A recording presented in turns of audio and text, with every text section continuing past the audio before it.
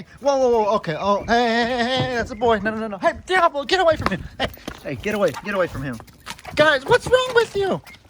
Diablo, stop, move, hey, get away from him, hey. As you can see, guys, Howard is learning the tricks of the trade pretty early on. His mom was teaching him how to be a duck. And the number one rule about being a duck is to always make sure to just lay in as many clean bowls of water as you can find and just let your filth consume them. That's rule 101 about being a duck. And Thelma is teaching Howie well. Guys, it's been a week since I made that last video, and old Diablo here, the duck, is still trying to put the moves on the single mom Thelma. He ought to stop trying so hard. He ought to stop just trying to dig so deeply and just work so tirelessly to win her over. Don't they always say there's a million fish in the sea? So why exhaust all your resources on just one person or one duck that is uninterested when there's someone else out there who more than likely better suits your needs? That's something I was kind of thinking about actually yesterday. Just kind of, and here comes Pablo right as I'm saying that. Pablo, can you talk some sense into your friend? Can you tell him what I just told him, but in duck language? I know he doesn't speak English, I don't think. What if animals are actually smarter than we realize and they actually understand what we're saying, but they just pretend, they just play dumb, pretend they don't know what we're talking about, but in reality they have like more scoop on us than we think we have on them. That'd be funny. What's going on, guys? Pablo. See, Pablo isn't flirtatious, so Pablo is just friendly. That's why Thelma isn't really on edge with Pablo around, because she knows that he's chill, he's cool. He ain't gonna try to make any moves or anything. Diablo, on the other hand, she got to keep an eye out on him, or keep an eye out for him. Make sure he doesn't try to pull anything funny. It's sprinkling a little bit outside. It blows my mind how it's really cold right now. So I'll go ahead and show y'all. I'm wearing a hoodie. I'm wearing pants. I always wear open-toed shoes. Not always, most of the time though. Flip-flops or slides. So that's still the same. But everything else is definitely bundled up because it's chilly out here and it's raining. And so what I always wonder is how these birds, these ducks and these geese can go in the pond when it's like below freezing. It's not below freezing right now, but last winter it was many times and they were in the pond still. And I'm thinking, how do they not like get hypothermia, turn into icicles in the water and freeze to death? And a lot of you answered in the comment section, because I asked it before, that it has to do with something that they have like underneath their feathers, some sort of layer. I forget what it's called, but basically it conducts heat, and it is, I don't know what the word is. Look at Diablo going to find Pablo. It basically keeps water out. It basically is like water resistant, I suppose, or waterproof, and it basically absorbs heat, so it helps them stay warm on their insides. It keeps their intestines and their organs warm and functioning the same. You have to look up more stuff on Google to know exactly what it is. I don't know, but something y'all shared with me. All I know about ducks is that they have the cloaca, which is the little hole that they do both bathroom functions out of to keep it, you know, not disgusting.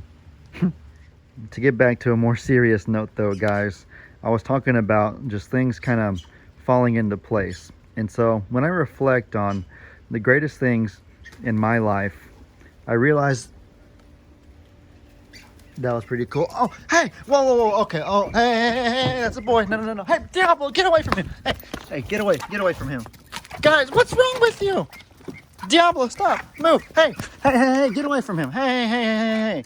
Thelma, please beat him up. Beat this man up right here. Nope. Hey, what was that for, Diablo? That was not cool. Poor duck. Thelma. I didn't see what happened. I think Thelma must have just got overpowered. Hey, that is not cool, Diablo. The Duck Kingdom is odd, I know. Man. Dude, that really was not nice. Guys. He's going back again. Thelma, please just... Thelma, just knock him out. I'm not one for violence, but you take care of your baby. You take care of your family. And if he's going to be aggressive, then you have my permission to go ballistic on him. Pablo, talk some sense into your friend. Sometimes it takes the trusted friend to talk some sense into somebody doing something foolish. Good thing is, old Howie seems to be okay. He doesn't seem to mind. I know it's kind of dramatic. It's like a normal duck thing, but it still just kind of cringes me out seeing it. I don't want to see that. I don't want to see anything like that happen. All right, guys. Let's get it on a more serious note again. I've had 2 interruptions, so maybe third time will be the charm, because I had something I did want to share with y'all. A really good thought, I feel like, but it was more on the serious side. So let's get into it. You know, as I was saying, when I sit back and reflect on my greatest blessings that I have, a lot of them are just things that kind of fell into place. My relationship with God, my loved ones, like my family, Megan, her family, the platform I have, YouTube and Facebook, to be able to spread love and positivity, the community of people, just a whole united family of others all over the world, sanctuary, animals, all these other things. All these things pretty much are things that kind of just fell into place. They're things that, yeah, you can aid in these kinds of things, but it definitely wasn't my doing. And I'll explain what I mean by that. So let's take the platform, the sanctuary, as an example.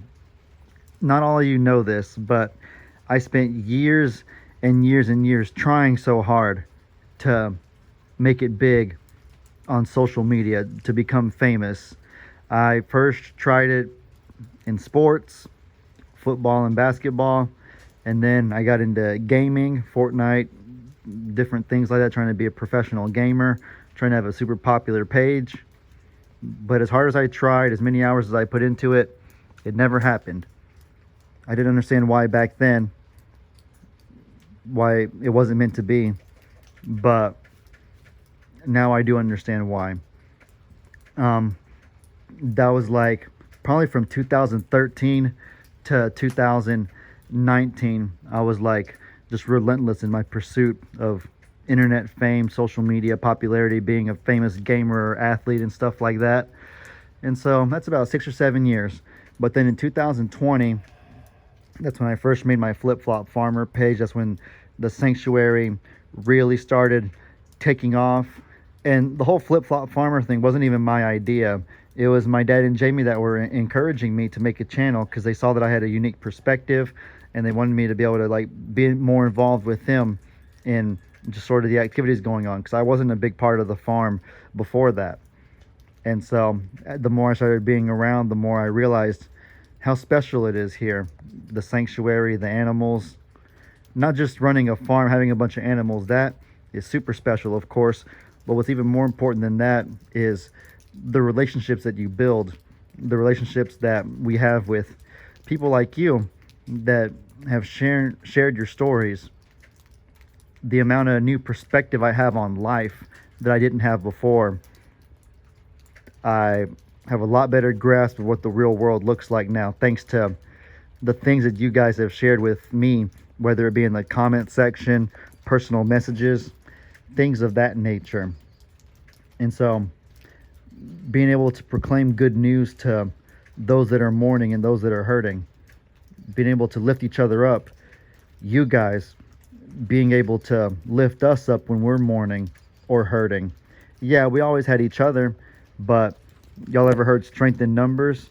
And so now we have so much greater numbers of people to lift each other up when we're down. All of us. And so I'm kind of rambling on and on, but I say all of that to say that this amazing blessing is something that I could have never foresaw when I was trying to be a Fortnite gamer, trying to be a professional athlete. And so I can definitely understand why that didn't come to fruition for me, because if it did, then I'd be so consumed with sports or gaming or whatever it is that I'd be neglecting this right here, which is a really big part of my calling. So that's one example of many of what they mean about God's timing, about how it may not make sense then. I was upset, I was angry and bitter that those dreams from before didn't work out for me, but those dreams would be nothing compared to what I've been blessed with now. As far as my relationship with Megan, y'all know that I'm a pretty unique and different kind of individual, so I need someone who, I need a girl who's a very specific type of person that can put up with me and that is compatible with me. And for a long time I figured like that would be nobody. And you know, no matter how much someone tries to help themselves in that regard, we all know, like, common sense tells you that you're more likely to meet certain types of people in some environments versus others. I don't want to get into too many of the stereotypes of the cliches, but stereotypes have their name because they do have some truth to them. And so as hard as I can try to help myself in that regard, I never could have found what I was looking for except for God putting it in my lap, putting the opportunity in place. And that's how I met Meg. And then as far as my relationship with God, most importantly, that's just a matter of I didn't go seeking for him. I didn't find him. He has found me, and he's working in me. And so I know it's a lot, but I say it all to say this, that, you know, if you're anxious or you're stressed about something, I'm somebody who sometimes deals with anxiety or stress. I just try to remember that, you know, all the great things that have happened, it wasn't my doing. It was given to me from the one greater than I. And so I just encourage you guys to remember who's in control. And so if there's something, no matter what it is, if there's something stressful you're going through, or if there's something you're worried about, something looming in the future that you fear, I would just say to do your best to help yourself, because there are ways in everything we can help ourselves. But after you've done the absolute best you can, realize that that's exactly what it is. It's the best you can do. That beyond doing the best you can, it's out of your hands. And so I hope this little short message helps somebody out there.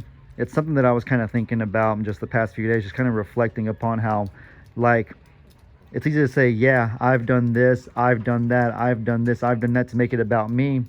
But when I really think about it, very little of this is me. None of it is actually like me or my doing. And so let me know y'all's thoughts about that, you guys. The little kitty's being funny over here, so I'll record old Gunsmoke for a moment. Here come the geese. That right there is usually the cue. That right there is usually the signal that it's time to wrap this video up. So I hope you guys enjoyed this video. Be sure to let me know in the comments what kind of stuff you want to see. Hope you have a great day. And as I always say, your boy Ellie out.